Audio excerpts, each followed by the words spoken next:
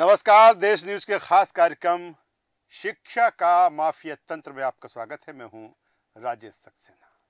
जैसा नाम है वैसा ही ये कार्यक्रम है, यानी कि शिक्षा से जुड़ा हुआ। अगर शिक्षा जो कि बच्चों के लिए अनिवार्य है, हर सरकार चाहती है, हर प्रशासन चाहता है कि बेहतर बच्चों की शिक्षा दीक्षा हो, लेकिन इस मंशा के विपरीत कई ऐसे मामले, कई ऐसे उदाहरण, कई ऐसे वाक्य सामने आते हैं जिसमें कहीं ना कहीं सिस्टम पर सवाल खड़े होते हैं। कार्यक्रम का मकसद यही है कि बच्चों को बेहतर शिक्षा मिले, गुणवत्तापूर्ण शिक्षा मिले, और जहां वो शिक्षा ग्रहण करें वहां की व्यवस्था भी बेहतर हो, मुफीद हो और एक बेहतर इन्वायरमेंट वहाँ पर हो, जिससे कि जो भी बच्चा जहाँ पर भी शिक्षा ग्रहण कर रहा है उसको तमाम सारी जो व्यवस्थाएं हैं वो माकूल हो, वो बेहतर हो, साथ ही गुणवत्तापूर्ण उसको शिक्षा दी जाए। आज एक मामले की तरफ हम ध्यान आकृष्ट करने वाले हैं। ग्वालियर देहात के चकम रामपुरा में शासकीय प्राथमिक विद्यालय के जर्जर भवन की एक कक्षा की छत गिरने का वीडियो सोशल मीडिया पर सामने आया है। घटना मंगलवार शाम की है। ऐसा भी बताया जा रहा है कि शाम 5 बजे स्कूल की छुट्टी हो गई थी। किस्मत से एक बड़ा हादसा होते होते वहां टल गया। घटना से 30 मिनट पहले उसी परिसर में 19 बच्चे वहां पर 2 टीचर के साथ शिक्षा ग्रहण कर रहे थे। विद्यालय का भवन जर्जर हो चुका था। बारिश में सीलन ने छत की पट्टियों को कमजोर कर दिया था। घटना की सूचना मिलते ही शिक्षा विभाग के अधिकारी पुलिस मौके पर पहुंची। फिलहाल शिक्षा विभाग ने लापरवाही की जांच शुरू कर दी है। जिस तरह से जहां पर बच्चे, आप तस्वीरें देख सकते हैं, लगातार हम अपने टीवी स्क्रीन पर वो तस्वीरें दिखा रहे हैं जिसकी चर्चा आज हम कर रहे हैं कि किस तरह से एक स्कूल की छत वहां पर गिरती है। गनीमत ये कि जो बच्चे वहां पर शिक्षा ग्रहण कर रहे थे 30 मिनट पहले वहां से अपने घरों तक पहुंचे थे। आप समझ सकते हैं कि अगर ये हादसा थोड़ी देर पहले और हुआ होता तो किस तरह का मंजर वहां पर होता, किस तरह का दृश्य वहां पर होता। और जो लगातार हमें सामने देखने को मिलता है कि जो सिस्टम है वो किस तरह से लचर है। भाई ये कोई एक दिन में ये स्थिति उस छत की नहीं बनी, एक दिन में ये स्थिति उस चकरामपुर की उस स्कूल की नहीं बनी जिसका जिक्र आज हम कर रहे हैं। क्योंकि आप समझ सकते हैं कि 19 बच्चे वहां पर शिक्षा ग्रहण कर रहे थे और थोड़ी देर पहले वहां से छुट्टी के बाद घरों तक पहुंचे थे। देश न्यूज ने शासकीय स्कूलों के जर्जर भवन की खबर प्रसारित कर अलर्ट भी किया था। ग्वालियर में बुधवार को सोशल मीडिया पर एक जिस तरह से ये वीडियो सामने आ रहा है, लगातार तेजी से ये वायरल हुआ है और ये तस्वीरें बयां करती हैं कि किस तरह की स्थिति, किस तरह का मंजर वहां पर था। आज इसी पर हम चर्चा करेंगे, जानने की कोशिश करेंगे कि आखिर जो चीज़ें वहां पर रही हैं, किस तरह के हालात वहां पर रहे और जिसके चलते ये हादसा हुआ। लेकिन इससे पहले कि हम इस मसले पर चर्चा करें, इसके तह तक जाने की कोशिश करें, एक वर्जन हमारे पास में है। पहले हम वो आपको सुनवाते हैं, फिर वापस आते हैं और फिर इस चर्चा को आगे बढ़ाएंगे। ऐसी कोई प्रथम दृष्टया स्थिति नहीं निर्मित हो रही थी कि ये भवन असुरक्षित है, परंतु एकाएक तरीके से चूँकि तकनीकी रूप से उसका मूल्यांकन नहीं हो पाया, इसलिए जो है ये स्थिति जो है वो निर्मित हुई है। और आज से हम लोगों ने इन भवनों का संरक्षण शुरू कर दिया है। तो आप सुन सकते हैं कि जो जिम्मेदार हैं वो किस तरह का, उनका बयान भी आप सुनिए, किस तरह की चीज़ें वो कह रहे हैं कि ये छोटी छोटी चीज़ें उन्हें नज़र आ रही हैं, लेकिन ये मंजर, ये दृश्य, ये हादसा ये बताता है कि अगर थोड़ी देर पहले अगर इस तरह की चीज़ें वहाँ पर हुई होती तो किस तरह का मंजर वहाँ पर होता। हमारे पास साथ में खास मेहमान जुड़ चुके हैं। 3 खास मेहमान इस चर्चा में हमारे साथ में हैं वरिष्ठ पत्रकार, राजनीतिक विश्लेषक खिलावन चंद्राकर साहब, स्वागत करता हूं आपका। हमारे साथ में है सामाजिक कार्यकर्ता शिवराज कुशवाहा जी। शिवराज जी, मैं आपका स्वागत करता हूं। और धर्मवीर सिंह चौहान ग्वालियर से हमारे संवाददाता जुड़ रहे हैं। धर्मवीर, आपका भी बहुत बहुत स्वागत है। और सबसे पहले मैं आपके पास ही आता हूं, जानने की, समझने की कोशिश करता हूं। एक ऐसा स्कूल जो जर्जर था और फिर भर भरा कर गिर गया। जब जर्जर शब्द हम इस्तेमाल करते हैं तो वो कोई एक दो दिन की परिणति नहीं होती, यानी कि लंबे समय से वहाँ पर इस तरह की व्यवस्था थी, लंबे समय से वो जहाँ पर स्कूल संचालित किया जा रहा था वहाँ पर ऐसे हालात थे। लेकिन सवाल यहाँ पर ये उठता है कि जिम्मेदारों ने क्यों नहीं देखा? वहाँ पर जो टीचर्स थे क्या उन्होंने इसकी जानकारी शिक्षा विभाग तक भेजी या संबंधित जो अधिकारी हैं उन तक भेजी? मैं सीधे से आपसे समझना चाहूँगा कि चकरामपुर का ये जो पूरा घटनाक्रम है किस तरह से हुआ और कब से ये स्कूल जर्जर इमारत में संचालित हो रहा था?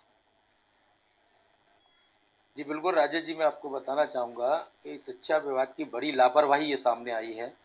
ये मैं आपको बता दूं, शहर की सीमा से सटे हुए मुरार विकास खंड में जी चकरामपुरा गांव में एक बड़ा हादसा से टल गया है। ये मंगलवार दोपहर की पाली स्कूल लगा था। इस बीच में अचानक स्कूल की छत गिर गई। गनीमत ये रही कि हादसे में कई बच्चे पहले ही बाहर निकल आए थे। इसके बाद जो दो टीचर वहां पर काम पढ़ा रहे थे वो भी बाहर निकल आए थे। मैं आपको इसमें बता दूं कि जो ग्रामीण हैं, ग्रामीणों ने इसकी शिकायत अब इनके स्कूल के उनसे भी की थी और शिक्षा विभाग में भी बार बार आवेदन दिया था कि ये जर्जर जमीन बहुत पुरानी है, किसी दिन बड़ा हादसा हो जाएगा। लेकिन शिक्षा विभाग ने इस पर अभी तक कोई कार्रवाई नहीं की थी। गनीमत यह रही कि बच्चे सुरक्षित थे, पहले निकल आए। लेकिन बार बार शिकायत करने के बावजूद भी प्रशासन ने इस ओर ध्यान नहीं दिया। और ये स्कूल के टीचरों का भी कहना है, उनसे भी बात करने की हमने कोशिश की थी। उन्होंने भी कहा था कि हमने शिक्षा विभाग में बताया था कि जर्जर स्कूल हो चुका है, इसका मेंटेनेंस के लिए खर्चा पानी देकर के मेंटेनेंस इसका कराएं, नहीं तो किसी दिन ये गिरेगी। पर लेकिन शिक्षा विभाग के अधिकारियों ने इनकी एक ना सुनी। आज बड़ा हादसा टलने से बच गया है। जी राजेश जी। चलिए, तो आप समझ सकते हैं कि धर्मवीर जिस तरह से पूरा विस्तृत तरीके से बता रहे हैं कि हालात किस तरह से थे। और मैंने पहले भी कहा कि जब हम जर्जर शब्द का इस्तेमाल करते हैं तो यानी कि लंबे समय से वहाँ पर उस स्कूल की स्थिति ऐसी थी, उस स्कूल जहाँ पर संचालित किया जा रहा था उसकी इमारत की स्थिति वहाँ पर ऐसी थी। जिम्मेदारों से शिकायत की गई, ग्रामीणों ने शिकायत की गई, वहाँ पर जो टीचर्स थे उन्होंने शिकायत की, लेकिन प्रशासन जो हमेशा आँख में पट्टी बांधे रहता है और कान उनके हमेशा बंद रहते हैं, यानी कि उनको कुछ सुनाई नहीं देता, उनको कुछ दिखाई नहीं देता। और फिर हमने देखा कि किस तरह से कोई जब घटना हो जाती है, दुर्घटना हो जाती है, तो किस तरह से लीपापोती होती है, किस तरह से जो प्रशासन है वो एक्टिव हो जाता है और जांच के आदेश दे दिए जाते हैं। लेकिन ये भी बड़ा सवाल है कि जब ऐसे जांच के आदेश दिए जाते हैं तो फिर कितनी जांचों की जो रिपोर्ट्स है वो सामने आती है। तमाम सारे सवाल हैं, तमाम सारे प्रश्न हैं। आगे बढ़ेंगे, सीधे शिवराज कुशवाहा जी हमारे साथ में, सामाजिक कार्यकर्ता। शिवराज जी, किस तरह से देखते हैं मुरार जो क्षेत्र है ग्वालियर का, वहाँ का ये जो स्कूल और स्कूल में जिस तरह से जर्जर वो इमारत और भरभरा कर गिर जाती है? गनीमत ये कि जो स्कूली बच्चे थे 30 मिनट पहले ही उस स्कूल से अपने घरों तक पहुंचे थे। किस तरह की लापरवाही ये सिस्टम पर, यानी कि ग्रामीणों ने शिकायत की फिर भी ध्यान नहीं दिया गया, उनके कानों तक जू नहीं रेंगी। एक बार फिर वही चीज़ें जो अक्सर हमें देखने को मिलती हैं। जी राजेश जी, बिल्कुल सही। और अभी हमारे साथी ने बताया भी कि किस तरह से पूरी प्रक्रिया हुई और गांव वालों ने कई बार शिकायत भी करी स्कूल के खिलाफ, लेकिन कोई कार्रवाई नहीं हुई। मैं आपको बताना चाहूंगा कि अभी कुछ दिन पहले आपने सागर की घटना भी देखी होगी, स्कूल के पास की बिल्डिंग गिरने में और कितने सागर की भी घटना देखी हमने, रीवा की घटना भी देखी है। बिल्कुल जी बिल्कुल। इसके बाद भी यदि प्रशासन नहीं जागता कि हमें इसको सर्वे करा लेना चाहिए, स्कूलों की स्थिति को जान लेना चाहिए। ये एक दूसरा नजरिया कह रहा हूँ कि मैं मुझे कि अभी लगता है कि तत्काल में सरकार को और जिला प्रशासन को ये हर जिले में, एक जिले की बात नहीं कि जहाँ घटना हुई वहां हो, हर जिले की स्थिति को जांच लेना चाहिए। लेकिन दूसरी बात मैं ये भी कहना चाहूंगा कि वो जो आप कह रहे हैं जर्जर शब्द वाला मामला कि आज का नहीं है, तो ऐसे जर्जर विद्यालय मध्य प्रदेश में बहुत हैं। भोपाल की राजधानी में भी आपको देखने को मिलेगा। और ऐसा नहीं कि वो शिकायत नहीं करते। लेकिन कुशवाहा जी, सवाल तो यहाँ बड़ा ये हो जाता है, ठीक है भोपाल में देखने को मिल सकते हैं, ग्वालियर में देखने को मिल सकते हैं। तो आप देखिए ना कि किस तरह की चीज़ें हैं। ये तो बड़े शहरों से लगे हुए, अगर हम आज जिस स्कूल का जिक्र हम कर रहे हैं, ग्वालियर एक महानगर है, बड़ा एक जगह है, तमाम सारा प्रशासन वहाँ पर बैठते हैं, आला अधिकारी बैठते हैं। जब ग्वालियर से लगे हुए स्कूल के ये हाल है, तो जो बहुत इंटीरियर में है, जो बहुत दूरगामी क्षेत्र में है, वहाँ पर स्थिति किस तरह से होती होगी, किस तरह से जब आप यहाँ आप सिस्टम डेवलप नहीं कर पा रहे, तो फिर ग्रामीण क्षेत्रों में कैसे आप डेवलप कर पाएंगे?